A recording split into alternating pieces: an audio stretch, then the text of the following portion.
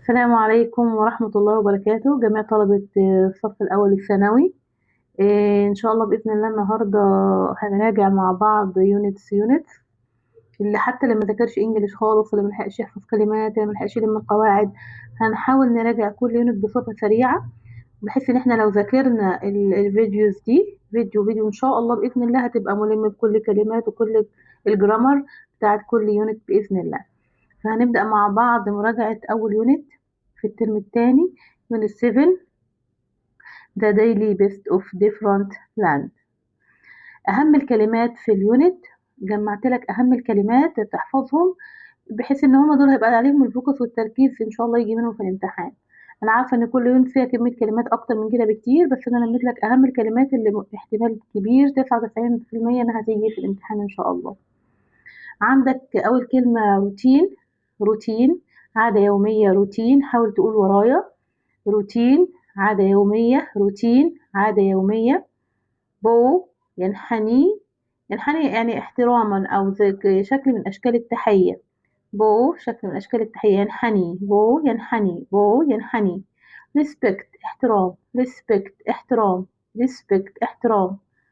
punctuality، punctuality يعني انضباط في الوقت. punctuality، punctuality، punctuality.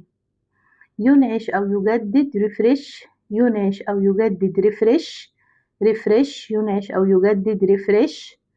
يستمر لمدة last up to، last up to يستمر لمدة last up to، يستمر لمدة last up to. جدول schedule، جدول يعني جدول زمني. schedule، schedule، schedule. single واحد أو أعزب، واحد لوحده يعني single، single، single واحد أو أعزب single. proud فخور، تاخد حرف الجر off. proud فخور، proud فخور. artifacts، artifacts قطع أثرية أو آثار. artifacts، artifacts قطع أثرية artifacts. treasures كنوز، treasures كنوز، treasures كنوز، treasures كنوز. تراث heritage، تراث heritage، تراث heritage. هوية identity، هوية identity، هوية identity. نقول العمود التاني على بعض. روتين عادة يومية. بو ينحني، respect احترام، punctuality انضباط في الوقت، refresh ينعش أو يجدد، last up to يستمر لمدة، sequel جدول زمني، single واحد أو أعدد، proud فخور، artifacts قطع أثرية، treasures كنوز، heritage تراث، identity هوية. العمود الثاني make a difference يحدث فرقا. make a difference، make a difference يحدث فرقا. make a difference، make a difference. energetic نشيط، energetic نشيط، energetic نشيط، energetic نشيط. fitness لياقة أو ملائمة. fitness لياقة، fitness لياقة، fitness لياقة. junk food طعام غير صحي، junk food طعام غير صحي، junk food. stay motivated يبقى متحمسا، stay motivated يبقى متحمسا، stay motivated يبقى متحمسا. unique فريد يعني حاجة فريدة من نوعها. unique فريد، unique فريد، unique فريد. generation جيل، generation جيل، generation جيل، generation جيل. unity unity وحدة، unity وحدة، unity وحدة. roots جذور، roots جذور، roots جذور، roots جذور. shape يشكل، shape verb هنا يشكل، shape يشكل. appreciate يقدر، appreciate يقدر، appreciate يقدر. culture ثقافة، culture ثقافة، culture ثقافة. نقرأ العمود الثاني.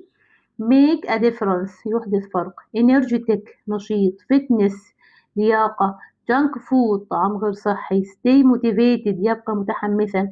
unique فريد. generation جيل. unity وحدة. roots جذور. shape يشكل. appreciate يقدر. culture ثقافة. يلا بقى نحل على الكلمات. choose the correct answer. ancient نقط found in the desert. tell us about all civilization. ايه القديم اللي بيوجد في الصحراء بيخبرنا عن الحضارات القديمة؟ طبعا الآثار أو القطع الأثرية artifacts. رص جذور غلط. unity وحدة غلط. جدول زمني غلط. life experience help خبرات الحياة تساعدنا أو تساعد ايه الشخص شخصيته لوقت طويل. لتشكل شخصية الشخص يا ولاد. هنا appreciate يقدر لا. shape أيوة يشكل. refresh ينعش غلط. ضوء ينحني غلط. number 3 after a long run. after a long run بعد جري الطويل.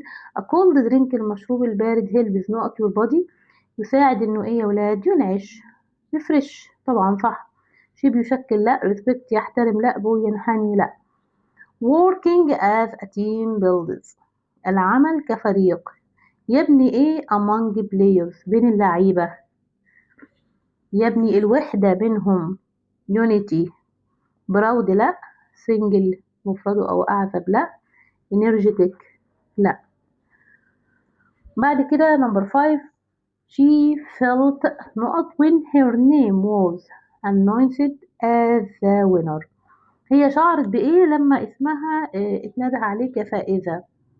طبعا أكيد شعرت بالفخر proud.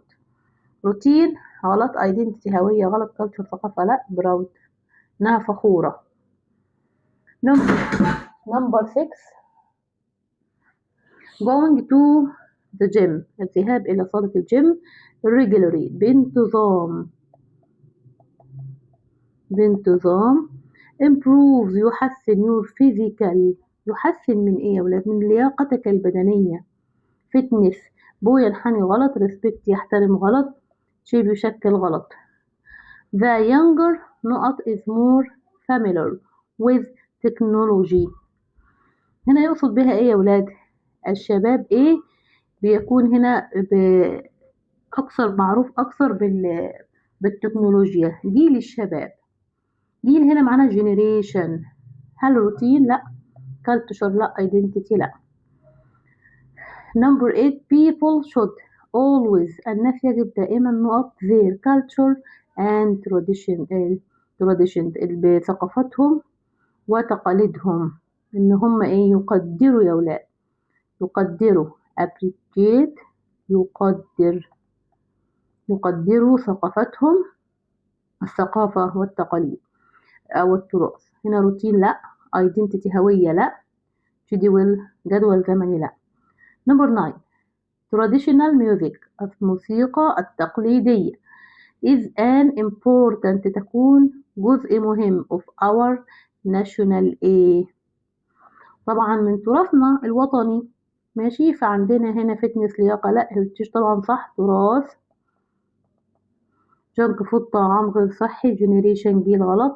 number 10 with prepare care العناية الخاصة نقول عليها ايه؟ نكتبها فين هنا؟ العناية. سوري يا ولاد دي تراث. هنا العناية الخاصة بإيه؟ this battery can not 3 years تخلي البطارية ممكن تعيش معاك 3 سنين. يبقى ايه انهي الاختيار بتاعنا؟ تستمر لمدة last up to. make a difference يحدث فرق لا. stay motivated يبقى متحمسا لا. appreciate تقدر برضو لا. كده حلينا على الكلمات. ندخل بقى على جزئية الجرامر. هنحاول نلخص الجرامر. طبعا يونت 7 مليان بجزئيات شرح كتيرة. انا هحاول اهم حاجة ان احنا نبقى فاهمين. مش مهم نبقى شارحين كتير او شارحين قليل. المهم ان احنا تبقى المعلومة واصلة. نعرف نفرق. نعرف نحل بالذات في سؤال الريرايت. السؤال التشوز، أي سؤال يخص الجرامر نحل واحنا فاهمين، مش بنحل بالحظ وخلاص ولا زي ما تيجي تيجي، لا بنحل واحنا فاهمين ومتأكدين من الحل بتاعنا. جزئية الجرامر هنا بادئ معانا هنا بالباست بيرفكت والباست بيرفكت كونتينيوس، بالماضي التام والماضي التام المستمر، هنعرف نفرق بينهم، وهنتكلم باختصار يعني لمت لكم أهم الجزئيات وأهم الروابط اللي هنشرحها ونميز كل واحدة فيهم. فهنا عندنا طبعا عارفين إن الماضي التام بيتكون من الفاعل وهاد والبي بي. الماضي التام عندنا مثال ده مثلا after علي had studied، علي ذاكر، بعد كده علي went out وذهب. الماضي التام يا ولاد اللي هو بيكون حدث أول، حدث أول، يعني لازم معاه في حدث تاني. طبعا في الجملة ما بيجيش لوحده، ما تجيش جملة فيها حدث واحد بس نقول عليها ماضي تام، لا لازم هي حدث أول وحصل بعده حدث تتابع مع حدث تاني. يعني مثلا يقول لك أنا ذاكرت وبعد كده نمت، ذاكرت دي معناها إن هي دي الحدث الأول الماضي التام، وبعد كده الحدث التاني بيكون ماضي بسيط، ماضي بسيط. طيب كده احنا عارفين ان الماضي التام بيتكون من ايه. طب الباسيف بتاعه المجهول، الباسيف احنا قلنا تكوين المعلوم، الباسيف اللي هو الموجود بتاعه عادي، احنا دوكا كان بيبدأ بالفعل، ده يبدأ بالمفعول، بيبدأ بالمفعول اللي هو اوبجكت. طيب بدأنا بالمفعول، بعد كده عادي حط هاد وبن والبي بي. بص هريحك بقى في جزئية الباسيف بالذات، أي باسيف بقى في الإنجليش كلمة السر فيه فيرب تو بي. يعني إيه بقى؟ هي دي اللي بنلعب بيها في أي زمن، هي دي اللي بنلعب بيها، سواء كان بنجيب فيرب تو بي في النص، سواء كان مصدر، سواء كان ماضي أو وير، سواء كان مضارع أما أو إف أو آر، سواء هنشوف بعد كده. فهو أهم حاجة كلمة السر في أي باسيف في الإنجليش هو الفيرب تو بي. فعندنا هنا الفيرب أصلا بيتكون فاعل وهاد والبي بي، احنا شلنا هنبدأ بالمفعول خلاص، وبعد كده بنجيب هاد ونحط في النص بن، اهو فيرب تو بي اهو في التصريف الثالث، والتصريف الثالث من أي فعل. مثال lunch had been prepared، الغداء أعد أو تم إعداده، تم إعداده. had been prepared جاب هذا اهي وبين في النص prepared التصريف الثالث before the guests arrived، قبل الضيوف ما يصلوا. طب خلاص عرفنا كده تكوين الماضي التام بيتكون من ايه، وعرفنا الباسف بتاعه بيتكون من ازاي. ندخل بقى في جزئية يستخدم الماضي التام ليصف حدث تم أولا وانتهى قبل حدث آخر في الماضي البسيط، دي قلناها. أي حدثين في الماضي المتابعين بيكون الأول ماضي تام والتاني ماضي بسيط، ويبقى على حسب الحدوث مش الترتيب. أيوة طبعا أنا ممكن أقول مثلا إيه، أنا نمت وقبلها ذاكرت، فبالتالي المذاكرة كانت الأول، يعني أنا ممكن أجيب الحدث التاني أذكره الأول، تمام مفيش مشكلة، أبقى أنا عارف إيه اللي حصل قبل إيه حتى لو كان في الأول. طيب الروابط، الجزئية اللي بتلخبط طلبة كتير. بص يا سيدي احنا هنعلم بكل رابط بترتيب، يعني هميزه بميزة معينة ونحدده بميزة معينة عشان يبقى سهل عليك. بص هو معظم الرابط اللي مذكورين عندك ما كانش كلهم ما عدا يعني بيفور، كلهم بيجي بعدهم ماضي الحدث الأول اللي هو الماضي التام. بنستخدم هنا في عندك 8 روابط جايبهم لك هنا السنة دي، كلهم بيجي بعدهم الحدث الأول ما عدا بيفور بيجي بعده الحدث التاني، حتى لو كان مكتوب في أول الجملة مفيش مشكلة.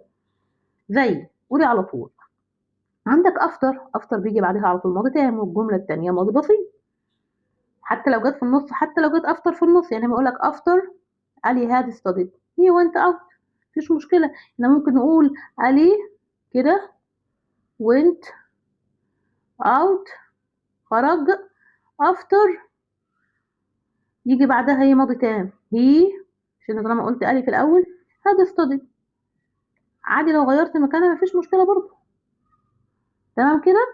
طيب يعني افتر بيجي بعدها ماضي تام، خلاص علم على كده افتر بيجي بعدها ماضي تام، تمام. طب بيفور لا، بيفور عكسها، سهل، بيفور بيجي بعدها ماضي بسيط، احفظها بيفور بيجي بعدها ماضي بسيط والجمله اللي بعد كده ماضي تام. before علي he went out he had studied، تمام. يبقى افتر بيجي بعدها ماضي تام والجمله الثانيه ماضي بسيط، بيفور عكسها ماضي بسيط وبعدها ماضي تام. طيب until بقى ده رابط من الروابط، بص يا سيدي until دي غالبا هتيجي حتى لو جت كده في النص until بيجي بعدها ماضي تام. احنا قلنا في الاول كل الروابط بيجي معظمهم كلهم بيجي بعدهم ماضي تام، فعادي until بيجي بعدها ماضي تام، لكن قبلها بيجي ماضي بسيط منفي. until بيجي قبلها ماضي بسيط منفي، احفظها، ماضي بسيط منفي. until بيجي قبلها ماضي بسيط منفي. افتكر هو ايه الماضي البسيط؟ عارفينه، صرف تاني للفعل. طب بنفيه بايه؟ بنفيه بديدنت والمصدر، didn't زائد المصدر الانفينيتيف لأي فعل. زي هنا علي didn't go out، علي ما ذهبش. until حتى هي هذا الصدر حتى ذاكر. خلاص، فعندنا until هنا قبلها بيجي ماضي بسيط منفي وبعدها بيجي الماضي التام. بعد كده يبقى نرجع تاني ونقول ان المعنى واحد ولكن الشكل بيختلف، وللأنصح فهم المعنى. عمري ما هستخدم الماضي التام الا لما يكون هو الحدث الاول، وبحفظ الشكل. طيب عندنا في رابط تاني no sooner. بصوا بقى، no sooner دي في حاجة اسمها روابط مزدوجة. روابط مزدوجة يعني ايه؟ هي مش كلمة واحدة هي after و before، لا هنا no sooner وبيجي في النص بعدها than. no sooner بيجي معاها than، احفظها no sooner ونقط وthan. no sooner than، ماشي. وفيها ناخد بعدها شبه، يعني فيها في الشبه في التركيب شوية هاردلي وسكيرلي، وانا كاتباهم لك بعد كده قدام، بس دول بيجي معاهم when. تاني واحدة واحدة no sooner than. طب no sooner دي اجيب بعدها ايه؟ برضو بعدها الماضي التام، بعدها ماضي التام بس في صيغة سؤال. يعني ايه؟ احنا عندنا بنقول الماضي التام عبارة عن الفاعل، مثلا ألي هاد studied، ألي هاد studied. لا احنا بنعمل ايه؟ هنجيب هاد كده الأول وعلي بعدها، زي سؤال بهل كده. فنو سونر بتتعمل كده صيغة الماضي التام بعدها في شكل سؤال. نو سونر علي هاد، سوري، نو سونر هاد ألي studied than he went out، وبعدها جملة الماضي البسيط.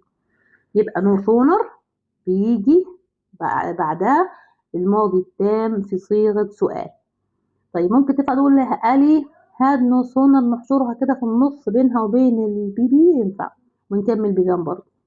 طيب امال هاردلي وسكيرلي برضه ده رابط مزدوج بس بياخد معاه وين مش ذان، بياخد معاه وين. يعني هنا هيجي برضه الماضي التام في صيغة سؤال، ماشي. زي نقول ايه؟ هاردلي اهي برضه هاردلي، وجايبه لك جمل بعدها بشويه برضو، هي مثلا هاد الي studied وهكذا زي الجمله دي بالظبط، بس هنحط وين مش ذان، نحط وين كرابط. تمام كده. يبقى عندنا افتر قلناها من شويه بيجي بعدها ماضي تام عادي، وبيفور بيجي بعدها ماضي بسيط وجمله تانية ماضي تام.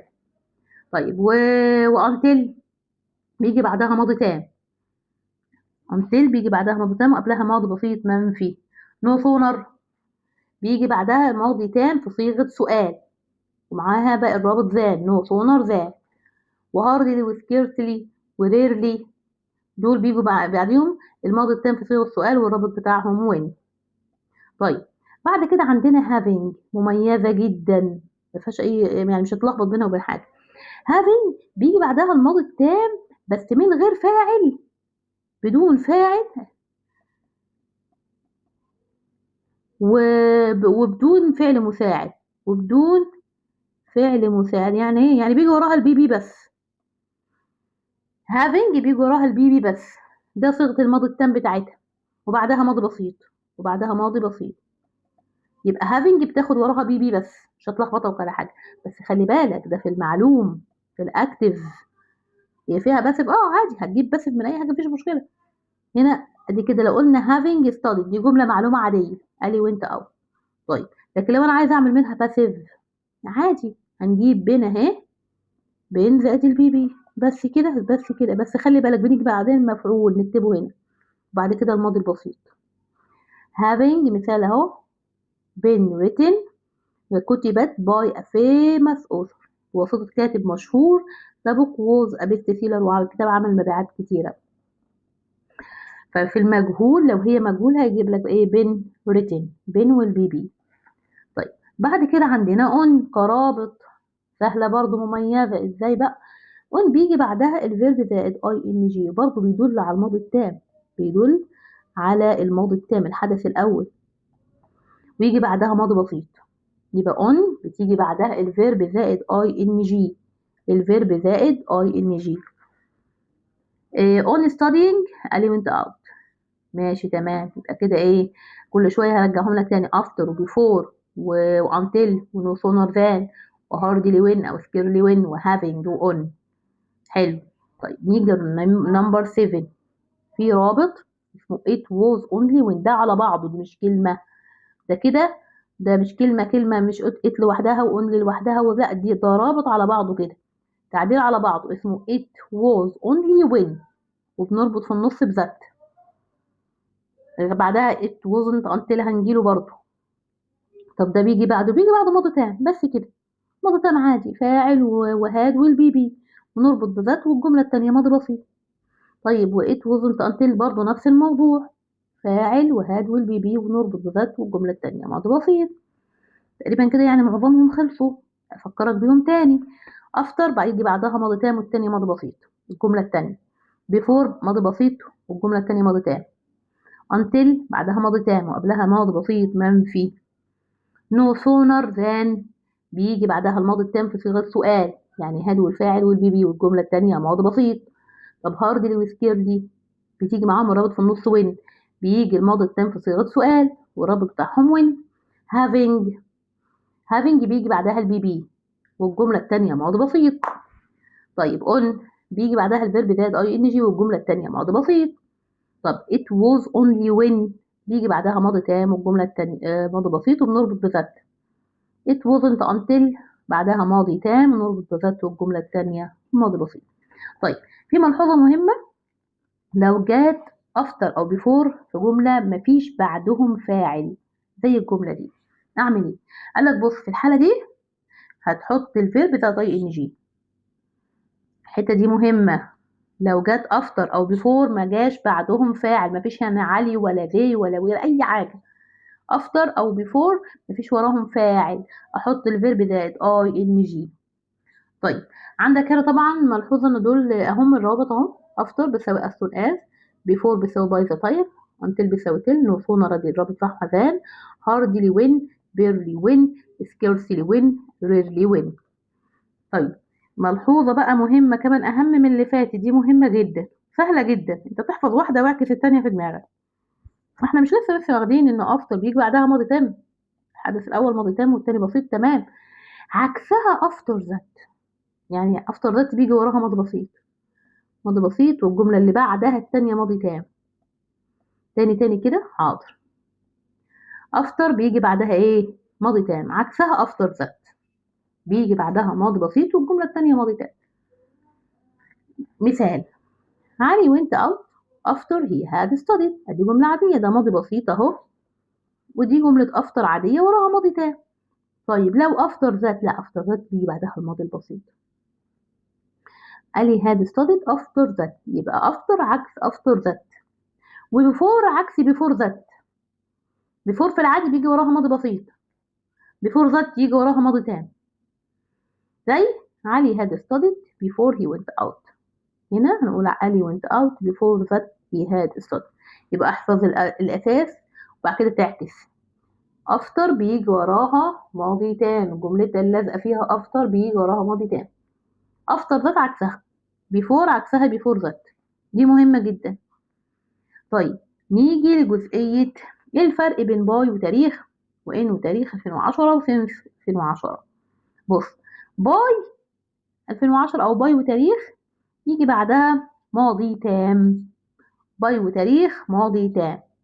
طب سنس وراها تاريخ مضارع تام، دي سهله، انا كده سنس واخدينها من علامات المضارع التام. وان وتاريخ يجي وراها ماضي بسيط.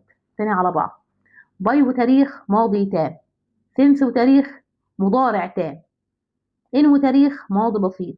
تاني، باي وتاريخ ماضي تام، سنس وتاريخ مضارع تام،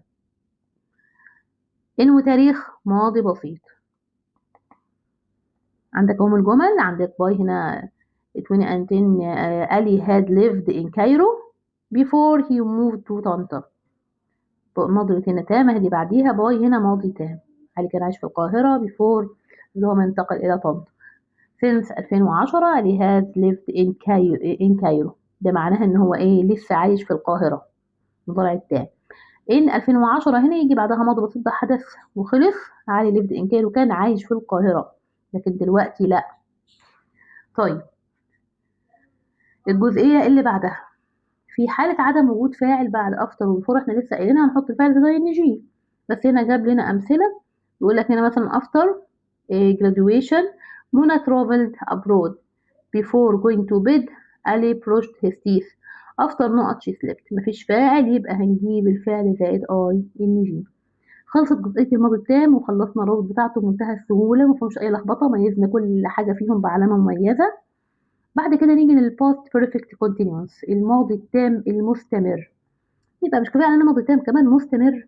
بص يا سيدي، هما تقريبا ما فيش فرق بينهم غير فرق بسيط يعني. ركز معايا وانت تعرف تفرق بينهم في الجمل وفي الاختيارات. الماضي التام عارفينه الفاعل وهاد والبي بي، تمام. المستمر بقى هاد بين فيرب زائد اي ان جي. هاد بين الفيرب زائد اي ان جي، ده اللي بيميزه قوي عشان ميبقاش شبه الباسيف له كمفعول، لا هنا هيبقى فيه فاعل زائد هاد بين والفيرب زائد اي ان جي. بيقول لك الماضي التام المستمر هو الماضي التام، اي ان هو الحدث الاول من حدثين تم في الماضي.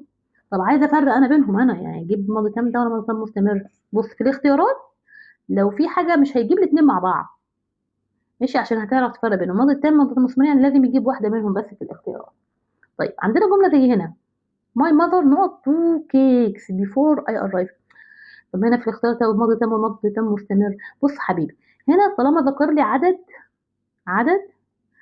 عدد لحاجات معينه يبقى اختار ماضي تام على طول. حلو، يعني لما يكون في عدد عند تحديد عدد نستخدم الماضي التام. طيب I know two letters before I slept. أنا كتبت خطابين قبل ما أنام. طيب هنا برضو ده عدد يبقى had written. تمام كده؟ ماشي. هنا بقى بيقول لك I know for 2 hours before I slept. أنا إيه لمدة ساعتين قبل ما أنام. دي مدة بقى، مدة يبقى had been written. يبقى نيجي نفرق بقى هنا، لو جاب عدد يبقى ماضي تام، عند تحديد عدد نستخدم ماضي تام، تحديد مدة أو فترة يبقى ماضي تام مستمر. طب هنا before I got up it not all night طوال الليل، دي مدة تبقى مين؟ الاختيارات اهي، ماضي تام مستمر had been raining. how long not before Ali arrived. how long دي مدة يا مس، تمام برافو عليك. يبقى نختار مين؟ دي نستبعدها. ماضي تام مستمر يا مس اهي had you been waiting. لا يمكن استخدام افعال الحاله سيتيف فيرب في الماضي المستمر. بص اقول لك ملحوظه بقى، يعني ايه افعال الحاله؟ احنا خدنا قبل كده في اعدادي افعال التفكير والشعور والاحساس والكلام ده كله. انا افكر، انا اعرف، انا اتخيل. الحاجات دي اصلا الافعال دي اصلا ما بتجيش في اي زمن مستمر اساسا، لا تاتي في اي زمن مستمر اساسا. يعني لا ماضي تام مستمر ولا مضارع مستمر ولا ماضي مستمر، ما تجيش في ازمنه مستمره. ليه؟ يعني ما ينفعش مثلا انا اتخيل، مثلا اقول لك انا اتخيل دلوقتي انا لا اتخيل، متخيل افعال والشعور والاحساس. انا بحب دلوقتي، انا بحب الساعه 10، انا بكره الساعه 9، لا مفيش حاجه كده. انا اعرف محمد الساعه 9 بس، وبعد كده لا. الازمنه المستمره دي ما يجيش فيها الافعال دي خالص. افعال التفكير والمشاعر والحواس والملكيه والقياس ما بتجيش في أزمنة مستمرة أصلا. تبقى فاهم ده كويس، وحاول دايما تحفظهم عشان تبقى تمرن عليهم تعرف. هنا عندنا الإكزامبل I know أحمد 4 years before he married منى. أنا أعرف أحمد من قبل ما يتجوز منى، فينفع أقول أعرفه دلوقتي؟ لا، هو أنا أعرفه هنا عندنا، أنا أعرف أحمد أينه هنا ماضي بسيط. الفرق بين الماضي البسيط والماضي المستمر والماضي التام. عرفنا ماضي بسيط عبارة عن حدث في الماضي أو عادة في الماضي وانتهت خلاص. ماضي مستمر وزورين بيهتم بوقت الحدث يا ولاد، بوقت الحدث. اقول مثلا امبارح الساعة 5 بالليل، امبارح بالليل الاسبوع اللي فات الساعة 5 يوم السبت اللي فات. هاد بليد ماضي التام، هنا بيبقى حدث اول وبعقبه فيه حدث تاني في الجملة. طيب فهنا عندنا نرجع بقى للتكوين. الباست بيرفكت ماضي التام had والبي بي. الحدث الأول محدثين. مثال علي had played before he slept. والحدث الأول محدثين تم هما الاتنين في الماضي. الحدث الأول ماضي تام والتاني ماضي بسيط. طيب الماضي المستمر ماضي تام past continuous was playing. فهنا بنركز على وقت الحدث. علي was playing tennis at 5 yesterday. مش yesterday بس أو yesterday بس كنا قلنا ماضي بسيط. لا 5 yesterday لا ماضي مستمر. بنركز على وقت الحدث. ماضي مستمر كان بيلعب 5 امبارح وبعد while I was playing يعني بيستخدم ماضي مستمر تحديد وقت الفعل في الماضي وبعد رابط while. طيب الماضي البسيط played بنركز على حدث. أنا visited كايرو last week. حدث تم في الماضي وانتهى أو عادة تمت في الماضي بنركز على الحدث. عندنا العلاقات الزمنية في الماضي. طيب زي ايه يعني؟ برضو خدناهم في تالتة إعدادي يا ولاد. لو كان الحدثان مستمران ولم يقطع أحدهما الآخر يعني مثلا أنا بذاكر ومامتي بتطبخ. أنا كنت بذاكر امبارح الساعة 7 بالليل ومامتي كانت بتطبخ. الحدث ده مستمر وده مستمر مفيش حاجة قطعت حاجة الاتنين ماضي مستمر. while Ali was playing بينما كان علي يلعب his sister was eating أخته كانت بتاكل مفيش حاجة قطعت حاجة.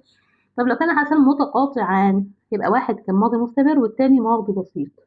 يعني اللي كان مستمر ده في الماضي اهو تمام واللي قطعه اللي قاطع ده بيكون ماضي بسيط. while Ali was driving بينما علي كان يقود his car سيارته hit a tree سيارته خبطت شجرة. سوري هي السيارة اللي خبطت شجرة. فالحدث المستمر القيادة والاكسيدنت الحادثة دي انها خبطت في حاجة ده الماضي البسيط. حدثان حدث في وقت واحد بدون استمرار من الحدثين يعني ايه؟ يعني بص مثلا لك when Ali arrived لما علي وصل the light went out النور قطع. ده ماضي بسيط وده ماضي بسيط مفيش حاجة قطعت حاجة والاتنين كانوا مستمرين في الماضي من غير استمرار يعني ده جه ما خدش ده جه وده حصل في نفس الوقت. حدثان متتابعان حدث حصل الأول وبعد كده تبع حدث آخر ده معناه حدث أول وحدث تاني. أولاني ماضي تام والتاني ماضي بسيط. أفطر قالي حدث studied he went to bed. ندخل بقى على أحلى مرحلة. شوف بقى فهمنا ولا لأ. هنعرف نجاوب بسهولة وبفهم واحنا موقنين من إجابتنا ولا بس بنخمن. فعندنا نمبر 1 في الأسئلة not finished his work he went out. يعني يا مس اتفضل حبيبي دي ايه finished دي هنا ماضي بسيط. طيب ما ايه دي مش ماضي بسيط برضو لا هنشوف اهو. عندك after طب ما لازم يجي بعدها حتى لو ما جاش بعدها فاعل هتبقى ing يعني after مش معانا. طيب have لا مش معانا اصلا. on بيجي بعديها الفيرب بتاعت ing مش عندي غير having اللي بيجي وراها ايه البي بي تمام كده وهي finished بتدل على الماضي التام. طيب نقط نمبر 2 نقط had she left the house when it started raining. واحدة ادي had والفاعل والبي بي وبعدها ادي في وين اهي ودي ماضي بسيط. مين الرابط اللي هيجي معاه وين ويجي صيغة الماضي التام في شكل سؤال؟ عندنا hardly ايوه طبعا. after غلط. no sooner لا no sooner بيجي معاها than. before بيجي بعدها ماضي بسيط. نمبر 3 after يا مس after بيجي بعدها ماضي تام اصبر. طيب after not breakfast they left early ماضي بسيط. طيب هختار ايه احنا after قلنا بيجي بعدها ماضي تام تمام يبقى عندنا اجابتنا هنقول had eaten. طب استنى طب فين الفاعل هنا مفيش فاعل. طالما مفيش فاعل قلنا after او before لما جاش وراهم فاعل نحط الفيرب بتاعت ing يبقى they eat غلط. had eaten كانت هتنفع لو كان في فاعل ايه ده غلط. having نقط the report he submitted it. ايه معناها دي بقى؟ دي جملة عادية جملة في المعلوم. having قلنا بعديها هيجي ايه البي بي يبقى completed. هنا complete غلط completing غلط was completing غلط. نمبر 5 قلنا هي مش سهلة بيجي بعدها ايه الفيرب زائد ing تبقى reading على طول. قلنا the message she replied immediately. نمبر 6 not he left the office. ماضي بسيط الأول اهو he had turned off the light. وجت بعدها الماضي التام. انا بدور على رابط يجي بعده الماضي البسيط، طبعا على طول واحنا مغمضين before. They not start the match until the rain had stopped. طيب احنا قلنا until بيجي بعدها ماضي تام، تمام اهو، ويجي قبلها ايه؟ قلنا ماضي بسيط منفي، وعندنا اهو اهي didn't، تمام didn't start. having، استنى يا ميكس اهو اصبر، لازم نقرا الجمله عشان الجمله تكون active passive. having نقط by the teacher بواسطة المعلم the student apologized اتعاقب، الطالب اتعاقب.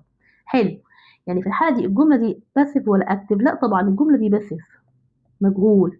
هو الطالب هيعاقب نفسه؟ لا. وبعد كده قالك باي ذا تيتشر بواسطة المعلم، يبقى الطالب هنا عوقب، يبقى اختار ايه؟ بانشت، لا سوري بانش غلط، بانشت غلط، بينج بانشت برضو غلط، بين بانشت هي دي صيغة المجهول هنا اللي هي بن والبيبي. نمبر 9 after the car نقط we drove it home. طيب برضو الجملة دي هنا باسيف، واحدة واحدة. after مش قلنا هنا دلوقتي لو جه وراءهم فاعل وهي مش مال العربية، نشوف مالها العربية بتقول نفسها بتصلح نفسها، يقول لك ريبير، الفعل ريبير اصلا يعني تصلح، صلحت روحها؟ لا هي اتصلحت، حد صلحها، فهنبقى اصلا هتبقى ايه لو في المستمر؟ سوري في الباسيف، طبعا دي غلط مش معانا، ولا دي كمان مفيش غير has been repaired عشان الجملة مجهول، باسيف يعني مجهول. نمبر 10 the books نقط until the author brought them.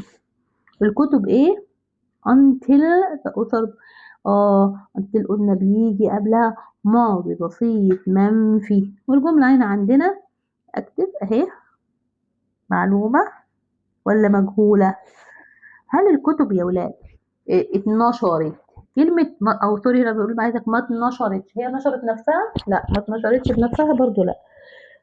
فهنا didn't ما تقولش لو كانت معلومة، لا غلط مش معانا غلط، ودنت دي برضو غلط هدنت دي برضو غلط. فهنا عندنا went publish هي الإجابة الصحيحة. هتقول لي ليه؟ هنا هتبقى دي ماضي بسيط منفي، تمام، هي didn't publish لو هي معلومة.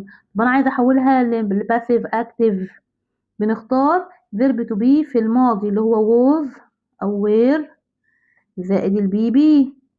طيب هما هنا البوكس جمع يبقى هنختار were، طب منفية تبقى weren't زائد البي بي، بس كده.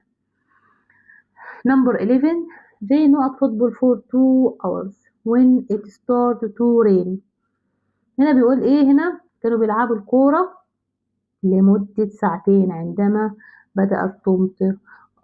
هنا في عندك وقت، مدة، يبقى هختار زمن فيهم مستمر يا ولاد اللي هو had been playing سوري انا علمت عليها انا اسفة كده.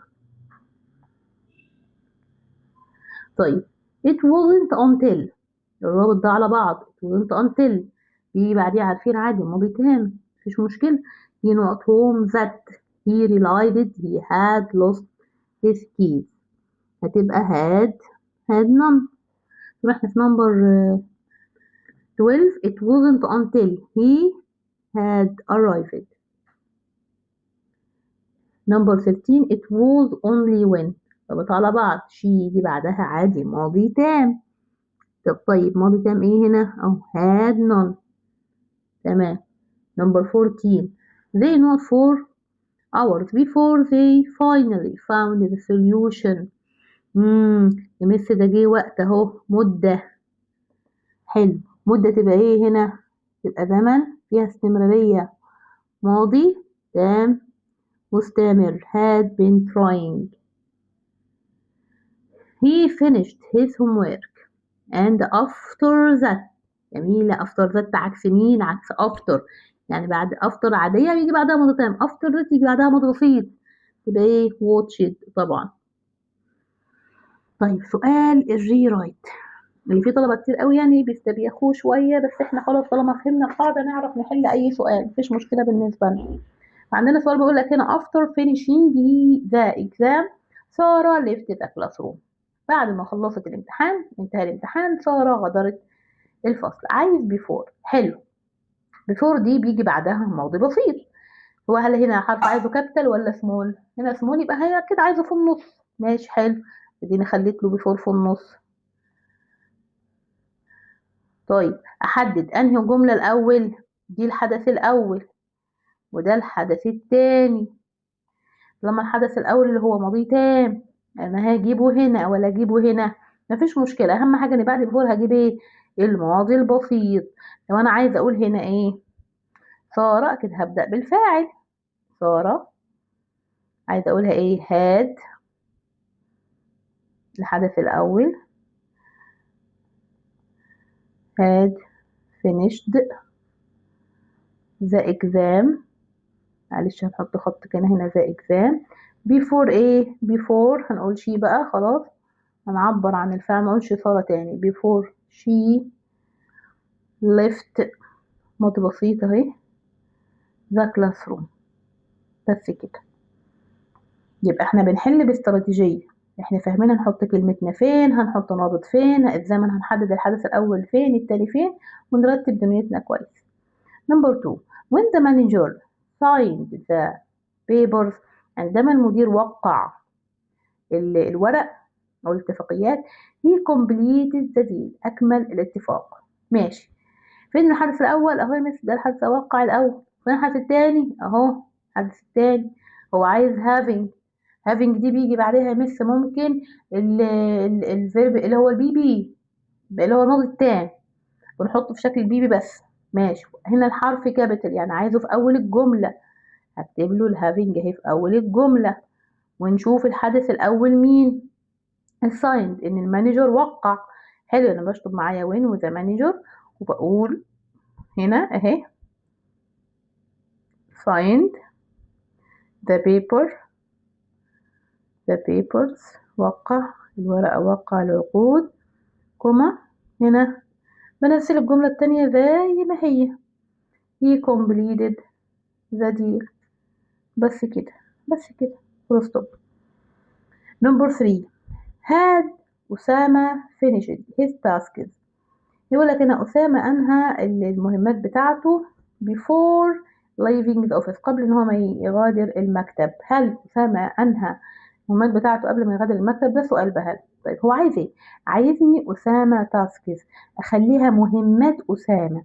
يعني هو عاوزني أقول هل مهمات أسامة أنهيت قبل ما يغادر المكتب؟ أنا مش هغير السؤال، هخليه برضو سؤال، بس عايزني أبدأ أقول أسامة تاسكس، مهام أسامة، مهام أسامة. يعني تقريبا كده هو عايز نخليها غير مباشر، يعني هو كده عايز نخليها باسيف، اخليها مجهول. اعملها ازاي؟ بصوا بقى، هي سؤال بهل، هتبقى سؤال بهل. تمام، هذا اهي زي ما هي. عايز نغير هو هنا، ما هخبدقش انا، أسامة مش هو ده الفاعل، هو عايز نخليني ابدأ بالمفعول. يبقى هاد أسامز تاسكز. هل مهمات أسامة هنقول إيه أنهيت في الماضي التام. had been والبي بي. طب هذا هي كتبناها، يبقى عندنا been والبي بي finished. بس كده finished. هل مهمات أسامة أنهيت؟ بس بعد كده أقول إيه؟ before زي ما هي باقي الجملة، before leaving office. before he leaving office، leaving بس عشان هو مش كاتب الفاعل، leaving the office. بس كده. طيب يا ريت تكونوا بتجاوبوا معايا وتكتبوا اجاباتكم وتسجلوها معايا، او اسمعوا الفيديو وشوفوا الاجابه، بعد كده تحاولوا تقفلوا اكتبوا السؤال تاني وتحلوا لوحدكم. نمبر 4 منى prepared dinner then she watched TV. منى عدت العشاء ثم then she watched شاهدت التلفزيون. حلو، يعني هنا فين الحدث الأول؟ أهو قعدة العشاء. فين الحدث التاني؟ شاهد التلفزيون. هو عايز ايه؟ عايز أفطر. حلو. طيب أفطر هنا عايزها فين؟ حلو حبيبي، هنا كاتب لي الاسمون، يعني عادي أنا كده كده هكتبها في النص. حلو، يعني أنا أفطر أهي. أفطر بيجي بعدها ايه؟ بيجي بعدها ماضي تام. يبقى نجيب بعدها الحدث الأول. هنا هبدأ جملتي بحدث التاني. طيب هقول شي ولا منى؟ هبدأ بمنى، هكتب الفعل الأول. منى مالها؟ عادي watch التي في. watch تي في. تمام. after. ها. she had prepared dinner. بس كده. full stop. يلا number 5. everyone heard the alarm. كل شخص سمع التحذير. then ثم they rushed out. طلع يجري. وعايز on. عايز on وحرف كابيتال، يعني عايزها في الأول. بعد on بيجي الفيرب بتاع ان جي بس بيدل على حدث أول. فين الحدث الأول؟ هو التحذير، ده حدث أول. فين الحدث التاني؟ أهو الحدث التاني. يبقى بعد on هجيب الحدث الأول. حلو on. فين الفيرب؟ أدي heard أهو يا مس. هنجيبه ده ان جي. يبقى hearing the alarm.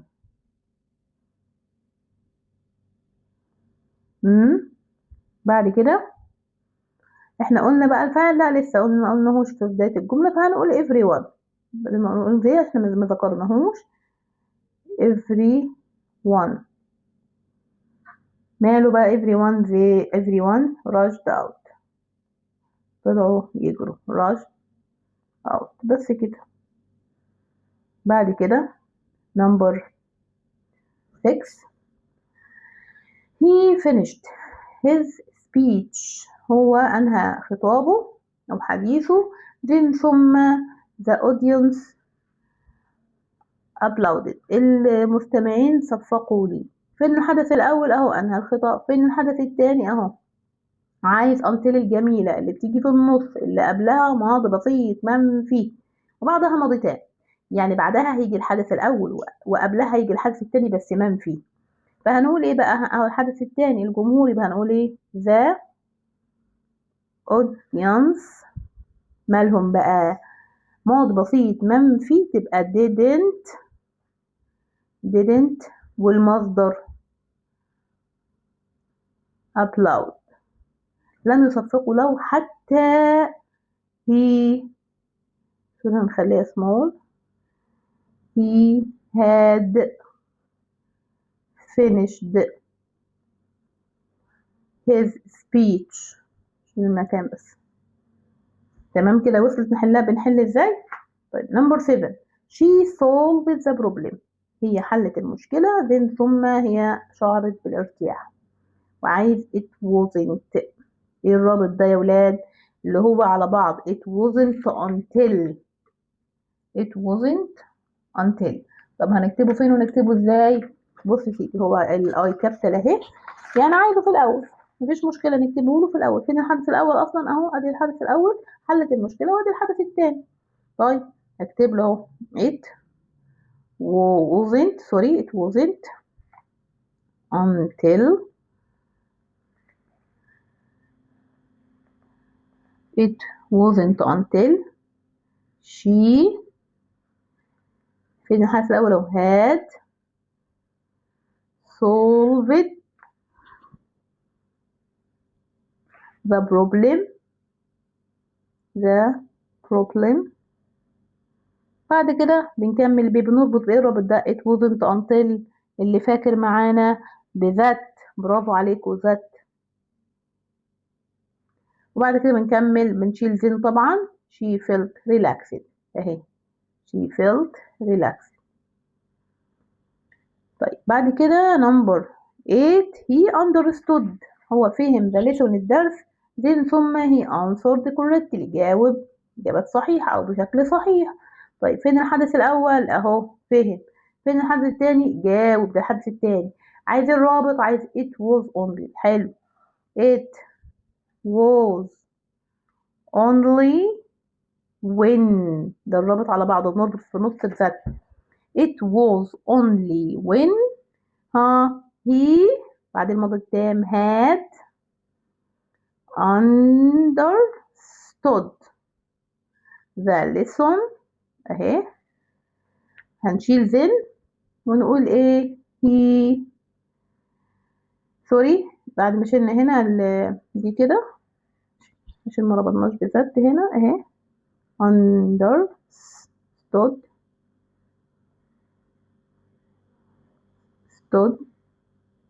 that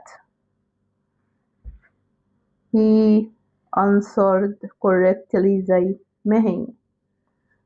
full stop. number 9 they packed their bags هم حزموا حقائبهم then ثم they left the house وغادروا المنزل. ده حدث أول وده حدث تاني. طيب عايز before that نرجع بقى before that عكس before أصلا بيجي وراها ماضي بسيط لكن before that هيجي بعدها ماضي تام مفيش مشكلة. هو عايزها فين عادي كاتبها سمول يا مس يبقى عادي نكتبها في النص مش عاوز يبدأ بيها. ادي before اهي before that اللي بيجي بعدها ايه ماضي تام بيجي بعدها ماضي تام يعني انا هبدأ بالحدث التاني تمام كده يبقى هنقول they left زي ما هي the house before that ماضي تام they had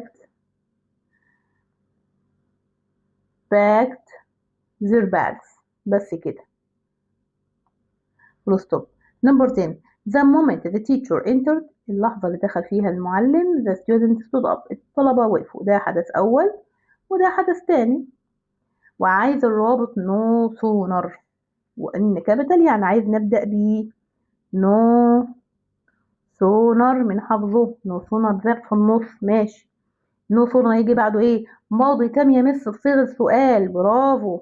no sooner هشيل the moment ونقول had no sooner had the teacher entered. لا احنا كده ايه سوري المفروض ايه في صيغة سؤال صح had هنا والفاعل اهو ايوه had the teacher in لو في العادة مترتبة كنا نقول الفعل الأول لكن هنا في صيغة سؤال no sooner than ما ننساش than في النص then بعد كده ايه the student stood up زي ما هي تنزل زي ما هي full stop. نيجي بعد كده آخر سؤال as soon as he saw the accident he called the police. هو ما شاف الحادثة كلم البوليس. ده حدث أول وده حدث تاني وعايز scarcely والاس كابيتال أنا عايزها في الأول سهلة جدا scarcely بيجي بعدها الماضي التام بصيغة سؤال وبنربط في النص بوين. طيب فين هنا الحدث الأول أهو بشيل as soon as أهي في صيغة السؤال يعني أقول هاد الأول والفاعل he والبي سين التصريف الثالث من سين the accident سوري يا ولاد. بعد كده هنا سين أهي the accident بعد كده خلاص الجملة الثانية سوري وين هنا scarcely when نربط هنا بوين بعد كده he called the police.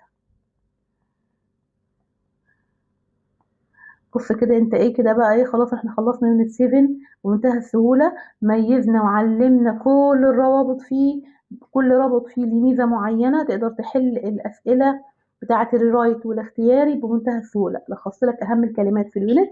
ذاكر اليونت كويس جدا هتضمن درجات ان شاء الله واي سؤال عليه في اي كتاب في اي مكان هتعرف تحله سواء طلبة التربية والتعليم او طلبة الازهر. نراجع من اليونتس كل يوم ان شاء الله باذن الله نحاول ننزل يونتس وهنخلص المنهج قبل الامتحانات باذن الله تعالى ان شاء الله. اعملوا لايك وسبسكرايب للقناه باذن الله عشان نوصل مع بعض للدرجه النهائيه في الانجليش باذن الله. السلام عليكم ورحمه الله وبركاته.